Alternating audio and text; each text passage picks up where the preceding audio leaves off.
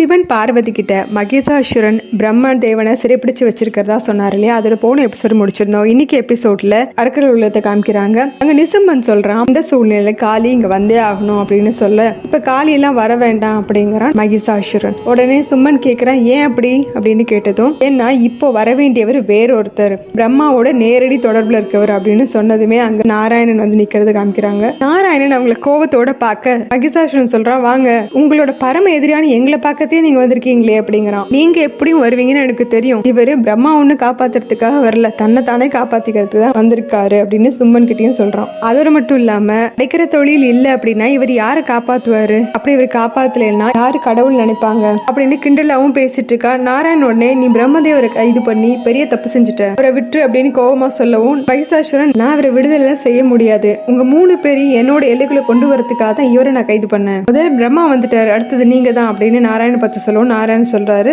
உனக்கு எதையும் நல்ல விதமா சொன்னா புரியாது இல்ல அப்படின்னு சொல்லிட்டு விஸ்வரூபம் எடுத்து நிக்கிறாரு. இவனும் ஆயுதத்தை எடுத்துட்டு தயாரா இருக்கான். அவருக்கு ஆதாயத்தோட சக்தியை இவனை நோக்கி செலுத்த இவன் தடுத்து நிறுத்திட்டு, பிரம்மதேவனோட வரம் என்கிட்ட இருக்கு, என்னை எந்த ஆனாலையும் கொல்ல முடியாது, வேணா அந்த பொண்ணை கூட்டிட்டு வா, மகா காளியை கூட்டிட்டு வா சீக்கிரமா அப்படின்னு சொல்றான். அடுத்த காட்சியில கைலாயத்தை காமிக்கிறாங்க. இங்க கார்த்திகேயன் சிவன் கிட்ட சொல்லிட்டு இருக்காரு, நாராயணர் அங்க போறதுனால தடுத்து நிறுத்த முடியல, ஆனா நீங்க கிளம்புறதுனால தடுத்து நிறுத்த முடியும் அப்படின்னு சொல்லிட்டு இருக்க. பார்வதி, என்ன பொறுத்த வரைக்கும் இவர் இப்ப அங்க போய்தான் ஆகணும் அப்படிங்கிற கார்த்திகேயன் என்ன சொல்றாங்கன்னு புரியாம பார்க்க சிவனுக்கு அவங்க சொன்னது புரிஞ்சிருச்சு போல இருக்கு. அதனால உடனடியாக அங்க இருந்து கிளம்புறாரு. கார்த்திகேயன் என்ன எப்படிங்கிற மாதிரி பார்க்க பார்வதி மனசுக்குள்ள சொல்றாங்க, சீக்கிரமா உன்னோட கதையை முடிக்கிற அந்த வடிவத்தை நான் எடுப்பேன், அதனால உன்னோட முழு பலத்தையும் திரட்டி யுத்தத்தை செய்ய மோதிப்பாரு, இதான் உன்னோட கடைசி யுத்தமா இருக்கும் அப்படின்னு சொல்றாங்க. திரும்ப அசுரர் உலகத்தை காமிக்கிறாங்க. நாராயணனோட சக்தியை முழுசா எதிர்க்கிற மகேசாசுரன், பிரம்மலோகத்தை மட்டும் இல்ல வைகுண்டத்தை என்னோட கட்டுப்பாட்டு கீழே கொண்டு வருவேன், யுத்தம் புரிஞ்சுக்கிட்டே சொல்றான். உங்களால என்ன எதுவும் செய்ய முடியாது, உங்களால என்ன கொல்லவும் முடியாது, பிரம்மாவாலேயோ உங்களாலேயோ மகாதேவனாலேயோ கூட முடியவே முடியாது அப்படின்னு அவன் சொல்லிட்டு இருக்கும் போதே அங்க ஒரு சக்தி அவனை கொஞ்சம் பின்னடைய வைக்குது. திரும்பி பார்த்தா மகேசாசுரன் மகாதேவர் அப்படின்னு சொல்ல அங்க சிவன் வந்து விஸ்வரூபத்துல நின்றுட்டு இருக்காரு. சும்மன் சொல்றான், நம்ம அழைத்தது மகாகாளி, இப்ப வந்து நிக்கிறது மகாகால்னாச்சே